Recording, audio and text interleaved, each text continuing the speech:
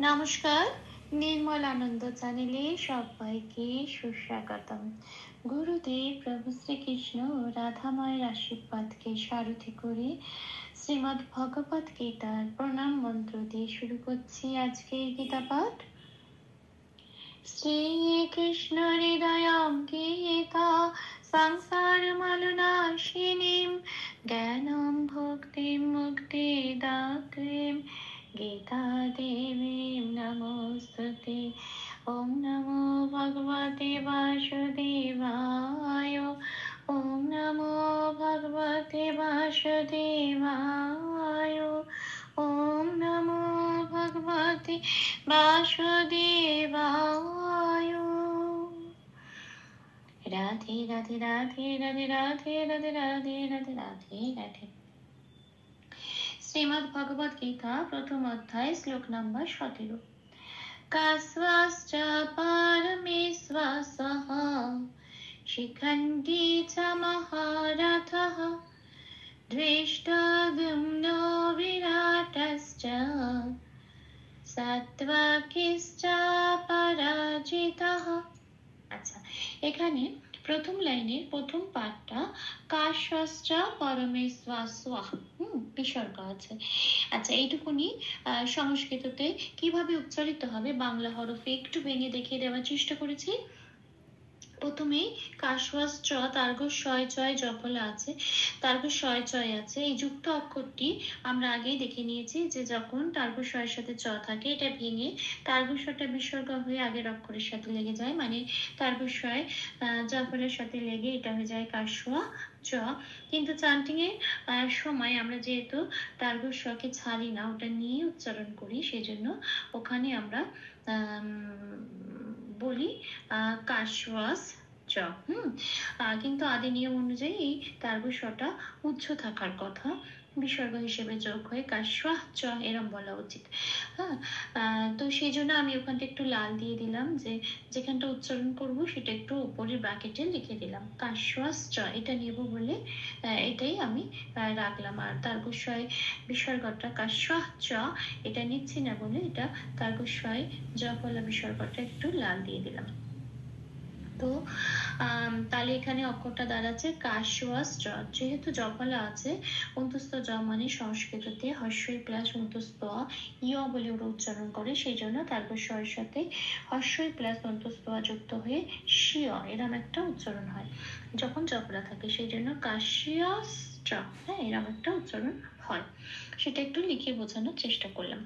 আচ্ছা, পরের অক্ষরে চলে যাই, পরমেশ্বসঃ। আচ্ছা, এখানে পরমেতে ভাঙার কিছু নেই, জাস্ট একটু ভেঙে নিয়েছি। পর রয় হসন্ত নেই, তাই পরটাকে পরই বলতে হবে। যদি রয় হসন্ত থাকতো পর বলতাম, কিন্তু যেহেতু রয় হসন্ত নেই এটাকে পরই বলতে হবে। মেয়েটা যেমন আছে তেমন থাকবে। এখানে আছে সোয়া। আচ্ছা, পেট কাটার মতন সয় বয়, বয়ের জন্য একটা ও প্লাস আসবে, সেটা সোয়া বলে একটা উচ্চারণ করতে হবে, সোয়া।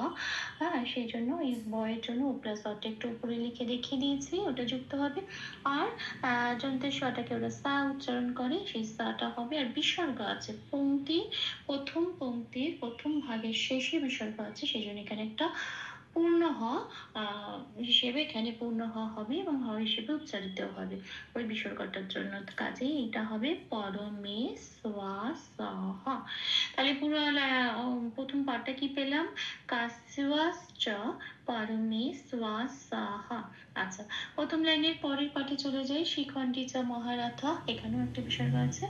শিখণ্ডী যেমন আছে তেমন থাকবে, একটু ভেঙে নিয়েছি শিখণ্ডীটা ছন্দে মেলানোর জন্য। শিখন নয় হসন্ত আর ডয় দীর্ঘ দিয়ে শিখণ্ডী চ যেমন আছে তেমন, মহারথ হটাও যেমন আছে তেমন। বিসর্গের জন্য একটা হ এলো, এবং যেহেতু পংক্তির শেষে বিসর্গ আছে সেই জন্য বিসর্গটা তো উচ্চারণ করব না, মহারথ হ বলে উচ্চারণ করব এবং হটা পূর্ণরূপে উচ্চারিত হবে। পরের লাইনে চলে আসি, দ্বিতীয় লাইনের প্রথম পাঠে ধৃষ্টদ্যুম্ন বিরাটাসটা এখানে চলে আসে। ধৃষ্টকে একটু ভেঙে নিয়েছি চান্টিং এর সুবিধার জন্য, কিভাবে সংস্কৃতের কাছাকাছি উচ্চারণটা পৌঁছানো যায় সেই হিসেবে এটা ভাঙা। আচ্ছা, ধৃষ্ট একটু ভেঙে নিয়েছি, পেটকাটা মধ্যন্য শয় হসন্ত দিয়ে দৃষ্ট, তারপরে টকে ট বলেই বলতে হবে দৃষ্ট। আচ্ছা, দুম্নটা একটু এভাবে লিখেছি, দয় হস্য যেমন আছে তেমন, কিন্তু যেহেতু জফলা আছে ওটা উচ্চারণটা হবে হস্যই প্লাস অন্তস্থ হিসেবে দিউম, এরকম দিউম। আচ্ছা, এখানে ময় নয় আছে, সেই জন্য মটাকে ময় হসন্ত দিয়ে ভেঙে নিয়ে দয়স্যর সাথে যুক্ত করে দিউম বলে উচ্চারণ করতে হবে। চান্টিং এর ছন্দটা ঠিক ঠিক আসবে তাতে, দ্বিষ টোয়া দিউম ন, এইভাবে ভেঙে বললে ছন্দটা ঠিক আসবে, সেই হিসেবেই ভাঙা। হ্যাঁ, দুম্ন। আচ্ছা, তারপরের অক্ষরটা আছে বিরাট অস্ত্র, একই নিয়ম, তারবস্বরের সাথে যুক্ত হয়েছে চ, তারবস্বরটা বিসর্গ হয়ে উচ্চ হয়ে হ্যাঁ টয়ের সাথে যুক্ত হয়ে যাবে বিরাটটা চ। এরম হবে। কিন্তু যেহেতু আমরা এটাকে লাল দিয়েছি কারণ নিয়ম এটাই, কিন্তু চান্টিং এর সময় যেহেতু আমরা বিরাটটা চ তারবস্বরটাকে উচ্চ রাখি না, তারবস্বরটাকে নিয়েই বলি, সেই জন্য আমি উপরের ব্র্যাকেটে লিখিয়ে দিয়েছি। বিটা বি বলে বলতে পারবো না, ও প্লাস হস্যই, কারণ বটা সবসময় ও প্লাস অ হিসেবে উচ্চারিত হয়। পাশে নথিভুক্ত একটা বেগুনি রঙের তালিকাভুক্ত করে দিয়েছি, বটা সবসময় ও প্লাস অ হিসেবে উচ্চারণ হয়। এখানে যেহেতু বয় হস্যই, সেই জন্য ও প্লাস হস্যই ভি উচ্চারণ হবে।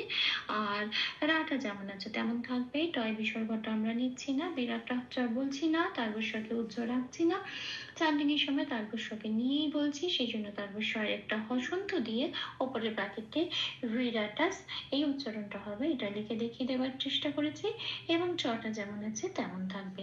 তাহলে অক্ষরটা পাচ্ছি প্রথম বা দ্বিতীয় পাঠে ধৃষ্ট দ্যুম্ন বিরাটাসটা, এটা। আচ্ছা, দ্বিতীয় লাইনের দ্বিতীয় পাঠটা এবার বলি, সাতকি পরাজিতা, এটা একটু ভেঙে নিয়েছি ছন্দের সুবিধার জন্য। সাতটা একই রকম, তয় জফলাটা আমরা হর্ষই প্লাস অন্তস্থ দিয়ে বলি তিয়া, সাতিয়া। আচ্ছা, এখানেও একটা তারবস্বয় আছে, যথারীতি তারবস্বয় বিসর্গ হয়ে আগের অক্ষরের সাথে লাগবে, মানে কি এর সাথে লেগে কি হয়ে যাবে, কিন্তু আমরা এই কিটা নেব না, সেই জন্য তা উপরে ব্র্যাকেটে লিখে দেখিয়ে দেওয়া হয়েছে। তারবস্বয় হসন্তটাই নেব, তারবস্বকে উচ্চ রাখবো না, সেই জন্য তিয়াক্কিস সেটা বলতে হবে, সাত্তিয়াক্কিস, চটা যেমন আছে তেমনই থাকবে। আচ্ছা, একটু চান্টিং এর সুবিধার জন্য বলা হচ্ছে অপরাজিতা একটু ভেঙে নিয়েছি, জয়ের সাথে যে অয়ের সাথে সেই অটা মেলে আ হয়ে যায়, কাজে অপরাজিত বলে তার বিসর্গ আছে শেষে, সেই জন্য একটা হ যুক্ত হয়েছে। বিসর্গটা পংক্তির শেষে আছে, হটা পূর্ণরূপে উচ্চারিত হবে, সেই জন্য হ।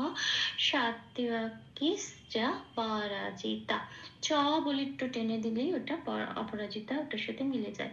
হ্যাঁ, সাত্তিয়াকিস চ, এই যে চ আর অ বলে দিলাম একসাথে, সাত্তিয়াকিস চ পরাজিতা, পকে প বলেই বলতে হবে।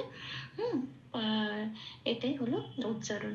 তাহলে আমরা পুরো লাইনটা কিরম পেলাম, কাশ্বাস চ পরমেশ্বাসঃ শিখান্তি চ মহারথঃ ধৃষ্টদ্যুম্ন বিরাটশ্চ সাত্ত্বিকিশ্চ অপরাজিতাঃ। ভুল দুটি একটু ক্ষমা করে নেবেন, 3 বার করে চান্ট করে দেওয়ার চেষ্টা করছি অনুশীলনের জন্য। কাশ্বাস চ পরমেশ্বাসঃ শিখান্তি চ মহারথঃ ধৃষ্টদ্যুম্ন বিরাটশ্চ সাত্ত্বিকিশ্চ পরাজিতঃ। কাশ্বাস চ পরমেশ্বাসঃ শিখান্তি চ মহারথঃ ধৃষ্টদ্যুম্ন বিরাটশ্চ সাত্ত্বিকিশ্চ পরাজিতঃ। কাশ্বাস চ পরমেশ্বাসঃ শিখান্তি চ মহারথঃ ধৃষ্টদ্যুম্ন বিরাটশ্চ সাত্ত্বিকিশ্চ পরাজিতঃ। রাধে রাধে রাধে রাধে রাধে রাধে রাধে রাধে রাধে রাধে। তপ্ত কাঞ্চন গৌরাঙ্গীম রাধে বৃন্দাবনেশ্বরী বৃষভানুসুতে দেবী তাং প্রণমামি হরি প্রিয়। প্রভু ও শ্রী রাধা মায়ের কৃপা দৃষ্টি আমাদের সবার উপর বর্ষিত হোক। ধন্যবাদ। আপনাদের উৎসাহই আমার অনুপ্রেরণা। আমার সকল ভুল ত্রুটির ক্ষমা প্রার্থনা প্রভুর চরণে অর্পণ করলাম। ওম কৃষ্ণায় বাসুদেবায় হরয়ে পরমাত্মনে প্রণতক্লেশনাশায় গোবিন্দায় নমো নমঃ। ওম শ্রীকৃষ্ণার্পণমস্তু। জয় শ্রীকৃষ্ণ।